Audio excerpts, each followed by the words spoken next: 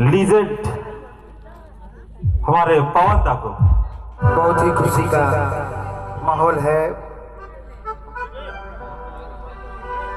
हमारे आस्था बिटिया का प्रथम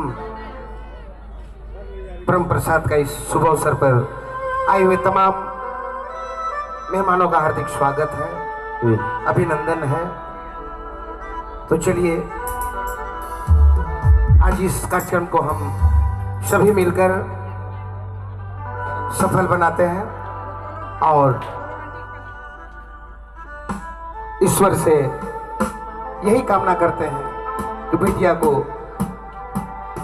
सदा खुश रखें प्रभु यीशु, उनकी हर मनोकामना पूर्ण हो, उनकी जीवन सुखमय हो। इसी कामना के साथ प्यारा से यीशु भजन।